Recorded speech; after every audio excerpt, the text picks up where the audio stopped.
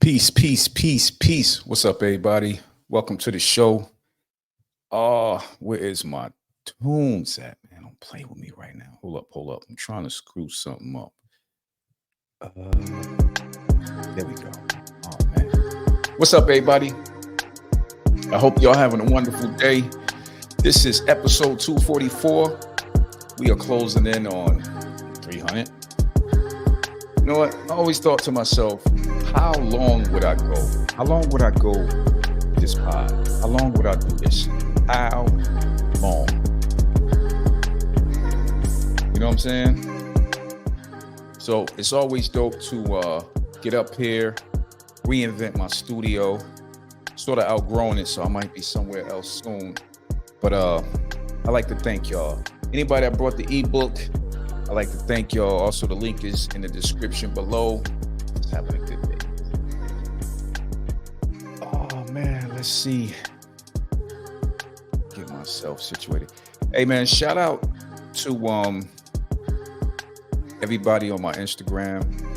Facebook is, I don't really do nothing with Facebook. That's just like family. A place where I can't curse or really post anything because I got my aunts and older cousins watching me, so I try to. But yo, check out my Instagram, LR Pod Network, and you can also go to my TikTok, also LR Pod Network. And it's different elements. I do different things over there. So shout out to everybody that's followed me, and I also follow you back. Shout out. Hold up. Like I always say, this podcast is about life experiences, the good, the bad, and the crazy. And the crazy we are. We are crazy. And if you rocking with me, you are crazy also. Because I'm crazy, right? So also this podcast is powered by IamWinnieReed.com. Go check that out, IamWinnieReed.com. Today's topic is a little, I want to break down something. Everything is not about fun and games. Like I said, I like cars. I like traveling. I like all things in that nature, but I also see the bullshit. Also see with things going, with people trying to pull over people, definitely regular working people. And I see all that shit. So it's basically sometimes I dip in out. I dip with the series, I have fun, and then come back with the series. But today's topic is the ultimate evil plan. Now, what is the ultimate evil plan, you might ask? As I try to get into things here, let's start out with this. I can remember. Well, I wasn't alive at that point, but it was a point in time where you can live a good life with a factory job. Case in point, my uncle used to work at Ford. He had about 3 cars, something like that. He had a house. He lived right next to us. And he was there since he was a young man. I think he retired, if I'm not mistaken, in the early 2000s or late 90s. Okay, so he had fun. I mean, he was able to probably go everywhere that he wanted to, right? Hold on, this.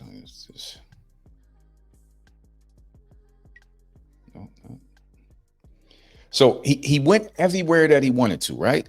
He enjoyed his life. He had a boat, all that shit off, you know, the money he was making at Ford, right? So the crazy thing is, those days are over with. And it was a point in time where his job was shutting down. So he either retire or move to like Michigan or something like that. So if you was there, just say if I was there and I was only 10 years in or 5 years in, I would have to decide to take a severance or move to like Michigan, uproot the family and move to Michigan. I would never move with a job like that, but some people did. Some people I know, they actually left and move with the company. Now, are they still there? Because you can move to a different state, and then that company will still continue to shed jobs, within the next year or two. So, but the factory life was amazing because, for one, you had a pension, you had a good salary, um, and you had a stay-at-home wife, right? Um, in most cases, you would see, it was different cases in certain areas, but if you're going off the basics of it, right? And this is the life I seen. Now, did my aunt work? I don't know. I don't remember if she had a job or not. If it was, it wasn't not serious. She was basically taking care of everything, the household or whatever. So, on that note, those days of, rocking and rolling like that is over with. It's a wrap. I mean, a car in rent will stretch you today. A car in rent will basically put you in a goddamn coffin. All right. The stress of all of that shit. So now I remember this time where, candy was 1 cent. Now I don't want to make this podcast about, I don't want to make this show about, old head shit and shit was way cheaper in my days. I don't want to do that. What I want to do is give you an idea of how cheap products was. Not cheap. I don't want to use the word cheap, but how you can actually live, right? You can actually live with a somewhat decent income. You don't have to be balling or nothing like that. You can actually live with a decent income. So I remember going to the movies. You can go get a fucking whole meal at McDonald's and all of that stuff for like a couple dollars. Gas was a couple cent. And it just seemed like if you had a job, you were okay. If you had a decent paying job back then, and I would say about 8, if you had something like $9 an hour, that was big. That was fucking big. So if you had, a decent job, you can have anything you wanted, basically. But what it seems like now everything has caught up. Okay, so there is a level where I think money gets to a level where there's products, there's services, and the money stays here, right? So this is the money, and this is the product and the services down here. So as long as you got money coming in, you will always be able to have the good products and the good service, right? Now, at a point in time when you have inflation, usually the money is always, a little bit higher than the products and the service. But that shit is like here now. This is the money. This is the products and services. So it's kind of crazy. It's hard. You know what I'm saying? Another thing, people can go to the military and sort of have their life, or they could sell oranges. But then again, back then, clothes, like I said, clothes, gas, food, it wasn't expensive. So you can live off shit, working in a warehouse, working in a stock room, selling fucking oranges. I don't know. You can actually work. You can work. You can make it happen. Something changed. But the scary part is it's going to keep getting worse. It's going to keep getting worse. So, um, I remember like back in the day when, we was buying cars, used cars. I mean, we talking about like 1,200, 500, 600. Honda Accord was cheap. Now Honda Accord, that should have 250,000 miles on it. That should be like shit, 6,000, 7,000, 8,000. So something that we are not prepared for. And that word prepared is a heavy word, because I think it's things in this world that we should be prepared for, but it's so many distractions, like me, podcasting, Instagram, YouTube, TikTok. I can go on and on. It's just so many distractions to have. Um, but I do remember, it was one point in time I had two cars, right? I had two cars, insurance. Now we didn't got the fake insurance card, so it wasn't really nothing with that. And gas was cool. Gas was cool. There's a shift. Now, the American, dream in my mind was a funnel. Let me break that down to you. School and work. School and work was to get you prepared for, well, school was to get you prepared for work or prison. It's about obeying, right? It's about eating at a certain time in the morning, certain kind of foods, right? Certain kind of foods that gives you sort of like a zombie state sugar rush. Cereal, donuts, chocolate milk.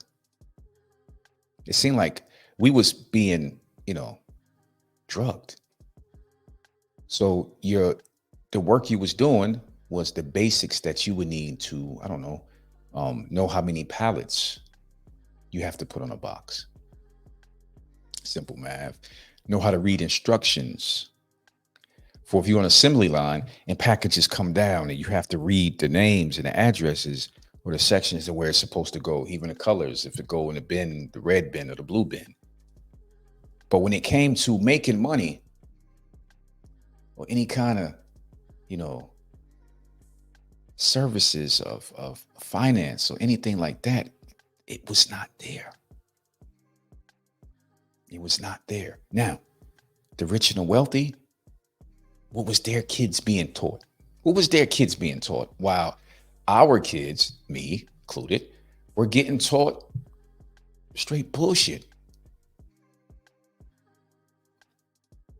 If this skid has 8 boxes and this skid has 7 boxes,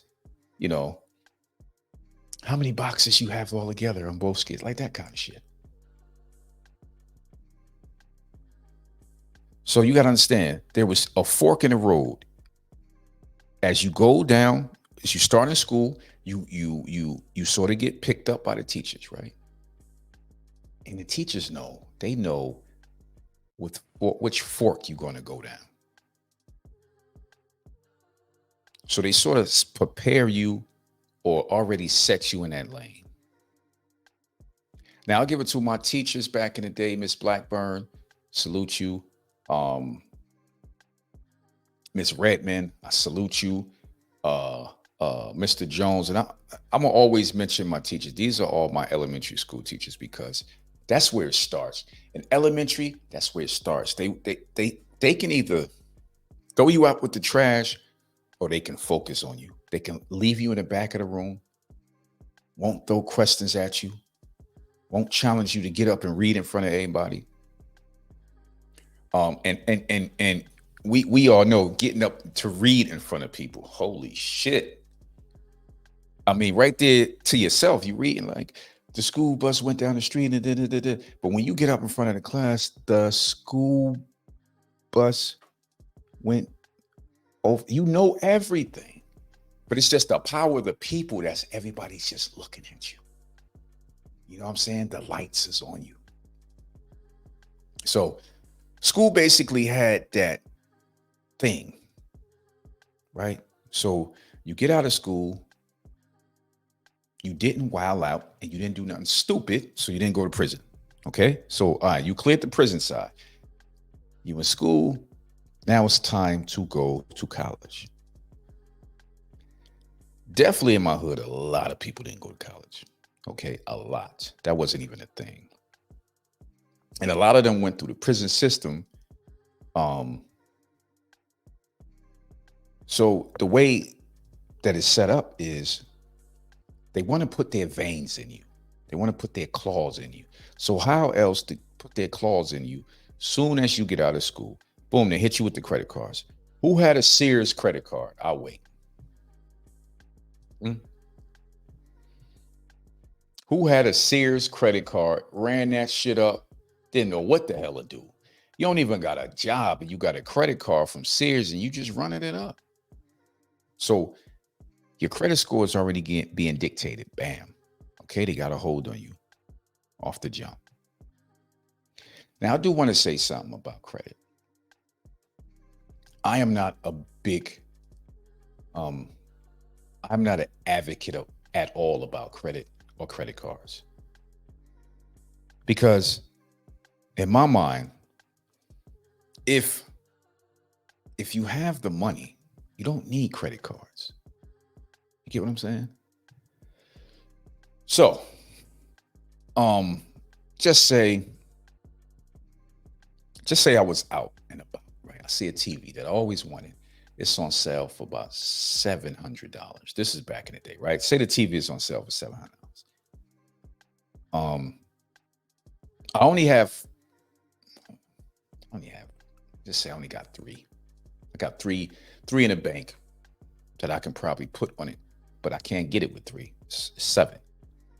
But I have $1,000 on my credit card. In your mind, right?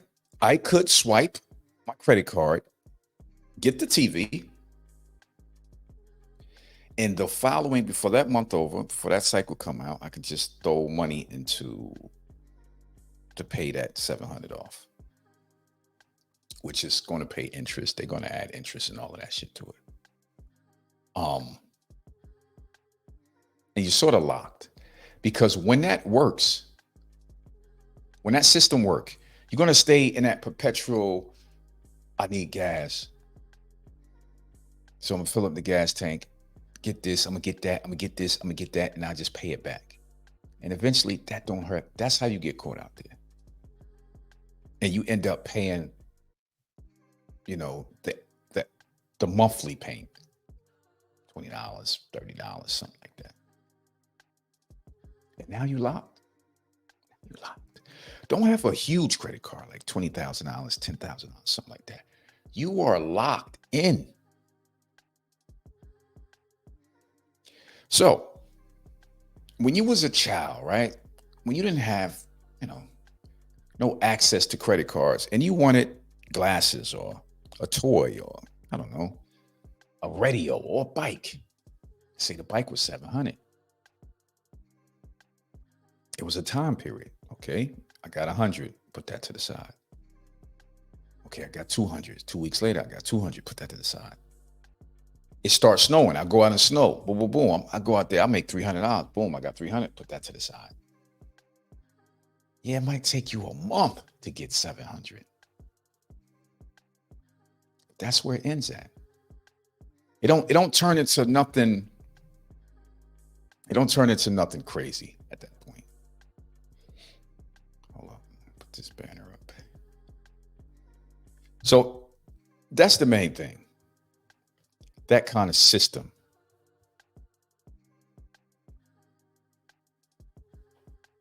So like I said, credit situations also is credit situations is the whole credit system. I just don't understand the whole credit system.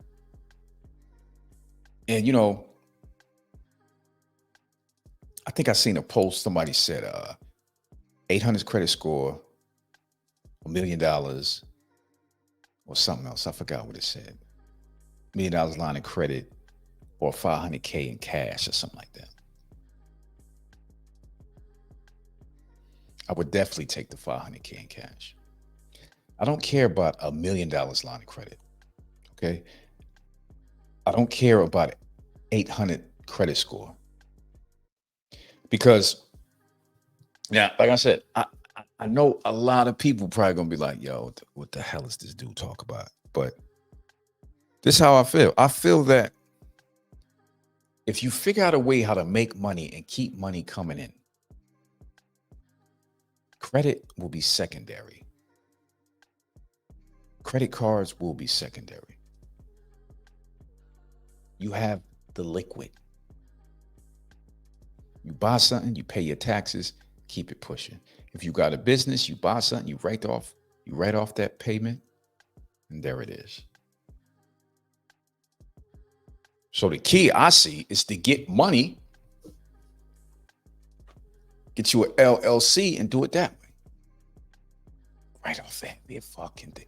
Anything you can write off because you've been getting fucking raped by the tax IRS people. So you can write off anything, write it off. So what's going on now, which I'm noticing, is new homes are being put up. I have a little theory about this, so bear with me. New homes are being put up, whole neighborhoods are being put up, and they are for lease. Kind of strange, right? A whole neighborhood is for lease. Now, you got to think about something. As times get harder, think about this. A new area will probably fill up quicker with lease homes than homes being brought, just because the times that we're in. So as they go into these inner cities and just gentrify it, right? Just kick everybody out. That's, or they try to raise the rent on these, particular areas. And these people are displaced, right? So where do they go? That's my question. Where do these people go when they get kicked out of their neighborhood? Okay, so think about this. What's one thing you can get? So this nice neighborhood, you probably wouldn't be able to buy a house in that nice neighborhood because you don't make a lot of money. You under government assistance. You doing this. You doing that. It just don't add up, and you won't even get approved for that neighborhood. But check this out. Being that these houses are for rent and lease, now you can get subsidized rent from the government. I don't care if the rent $2,800, $3,000. Shit, they can knock a $2,000 off your rent. So that's when you're going to see the people in certain areas move out to the suburban areas because they can get their rent subsidized. Now, unless these places got a clause that, you don't, no kind of government assistance, contracts, anything like that, which I doubt because money is money. Everything is about money, right? So imagine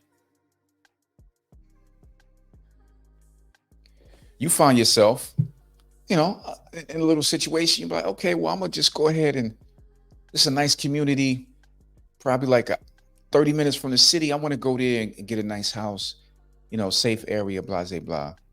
And then all of a sudden, it's back to a crazy area because it's ways to get in. Now, will this happen? I don't know.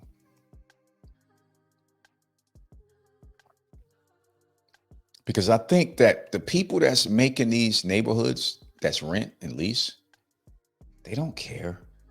Why would you care? Your goal is to sell as many houses in this unit as possible. That's your goal. So that's the main thing, right? Hold up a second.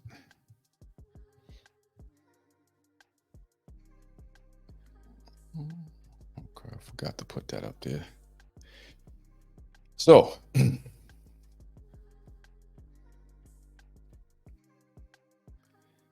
see here. So what do you think about that? Like, would you move in a neighborhood that has nice houses, but they are renting for it under 3,000, 2,000, 1,800? Do you care about that kind of situation? Do you care about, you know, trying to be around certain elements? And it's not a race thing. It's more about being around certain elements. You know, so certain people you don't want as your neighbors. You understand what I'm saying? So that's something to look into. Something to look into.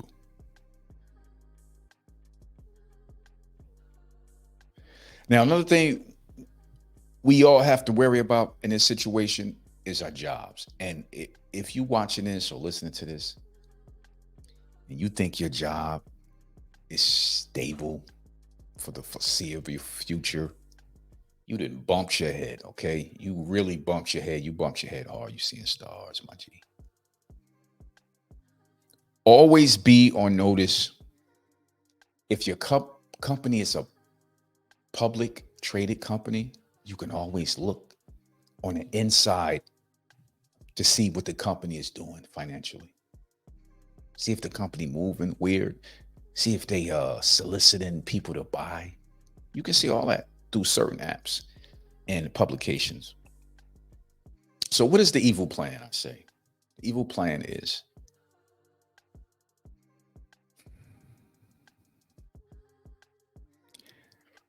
nobody will be able, with a vast majority of people, won't be able to afford to basically stay where they stay and live how they live. It just seemed like when COVID stopped everything for that year, right?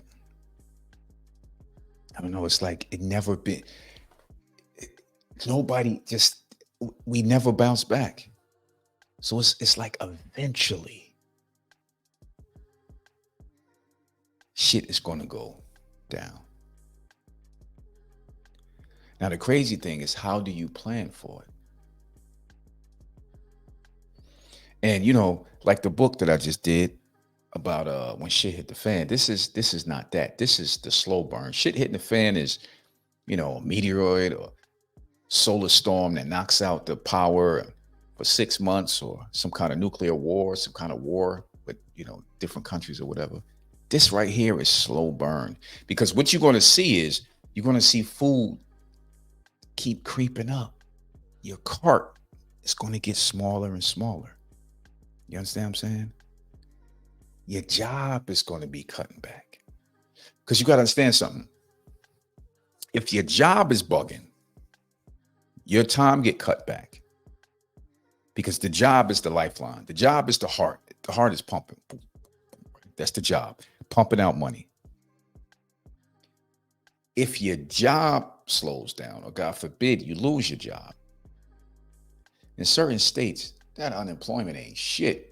Here in Georgia, unemployment like $300 a week. Now imagine somebody that's making $1,300, $2,000 a week. Get about it. So as you're, you know, and let's see if people continue to get raises as this go on. So if your money stops, if your money is not inflated, but inflation is inflating, then taxes go up on your house. So your mortgage go up, or your rent go up, the food go up, your car insurance go up, everything going up, everything going up around you. But your pay stays the same. That math ain't mathing. It's not mathing. So, what does the future look like?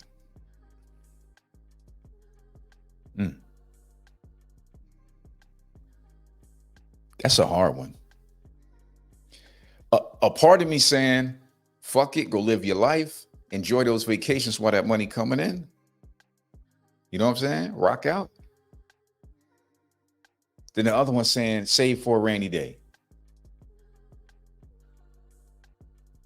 Save for a rainy day, go wild the fuck out. That's up to you to show which meter you're going to choose. Which meter are you going to choose? I'm this meter. I'm going to enjoy my life.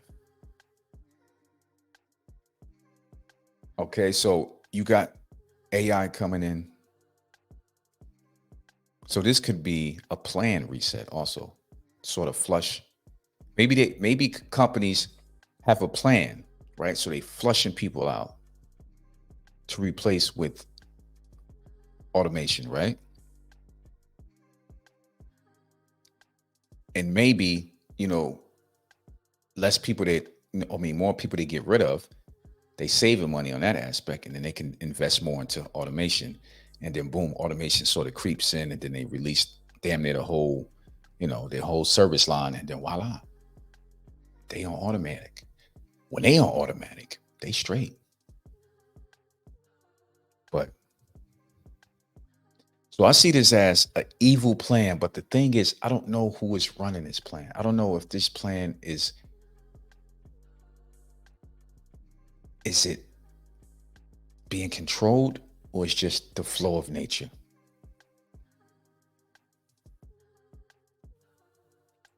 Will it be you will own nothing and be happy?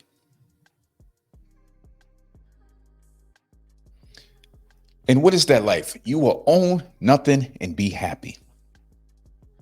I see that like this.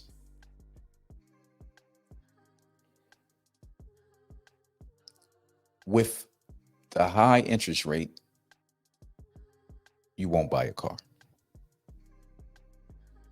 Okay. Insurance is bananas. It's damn near a car note. Okay. So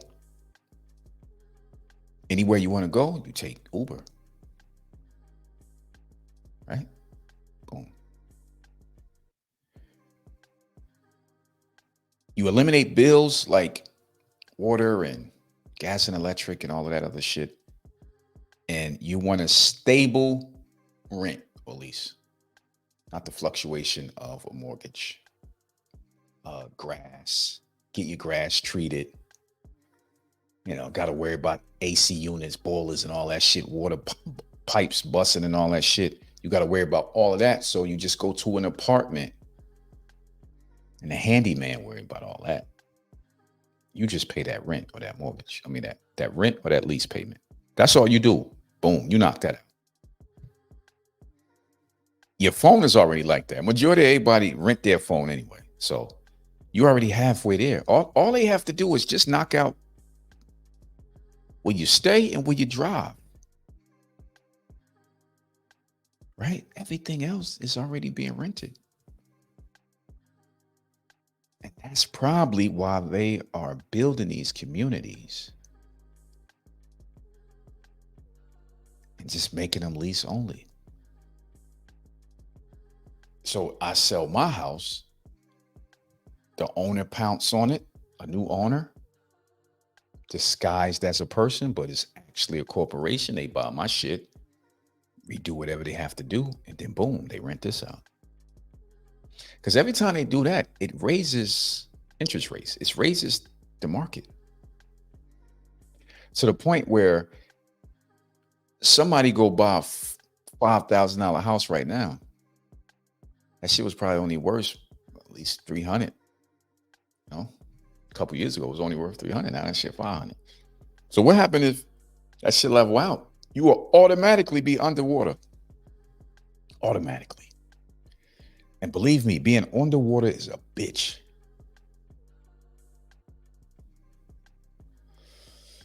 So the question is, everybody,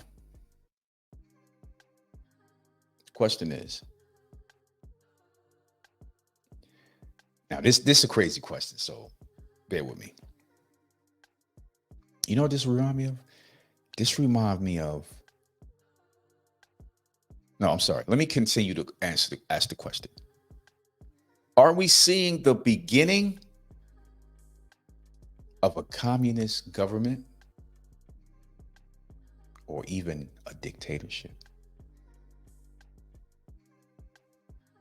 Because if, like I said, being a self-proclaimed futurist that I am, right? Self-proclaimed futurist, right? Put my hood on for this. Being a self-proclaimed futurist, right? That I am, right?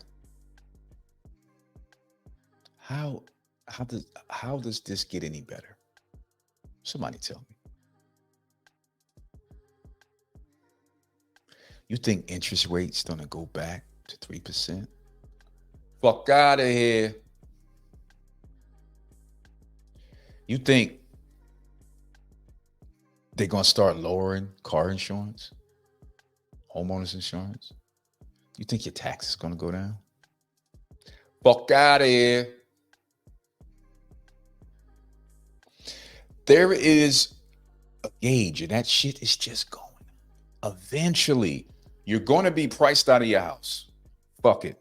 Let's get out. Let's try to sell it. You want to sell it? Okay, cool. We try to sell it. Nothing. Nobody buy it. Short sale. Boom. You fucked.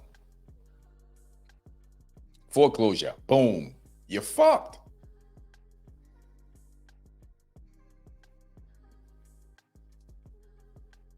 Your job start to fucking choke you, cut your water off or slow your water down. You can't pay none of this shit. Then what? So the ultimate evil plan is in process. You must plan to be on top of it. You must plan. You must figure this out. Maybe next week I'll get back to some fun shit or some UFO alien shit. But for right now, I just want to warn people. Just pay attention. Pay attention to your job, which is and if you're doing shit on the side, that's great. I would say to everybody, try something on the side, even if it's an extra $100 a week, $100 a month. That is something. And if you look at all your bills and you out there grinding and you just take care of your smallest bill, and you got something, like I said, that $100 a month can take care of your smallest bill. Then this bill after that, then the bill after, next thing you know, you only got your mortgage or your rent and your car note left. And, salute to the people that's knocking out the mortgage car note with side shit.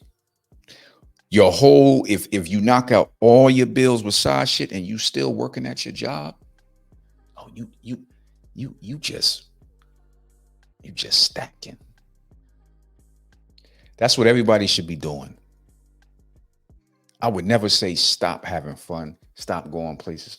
To me, I'll fuck around and say, how about this? Go on that trip. Nobody want to go by yourself. Because if this train on eventually fucking derail, because you ain't gonna be able to go nowhere once it derail. You ain't gonna be able to go nowhere. So if you can squeeze out a trip or two now, or a trip every fucking 6 months, do it. You don't have to splurge when you go out. Just go have fun. So the ultimate plan is evil. and it's coming. But you can protect yourself. Just pay attention. Pay attention to your job, because that's the only thing that can stop you in your tracks immediately. Your job.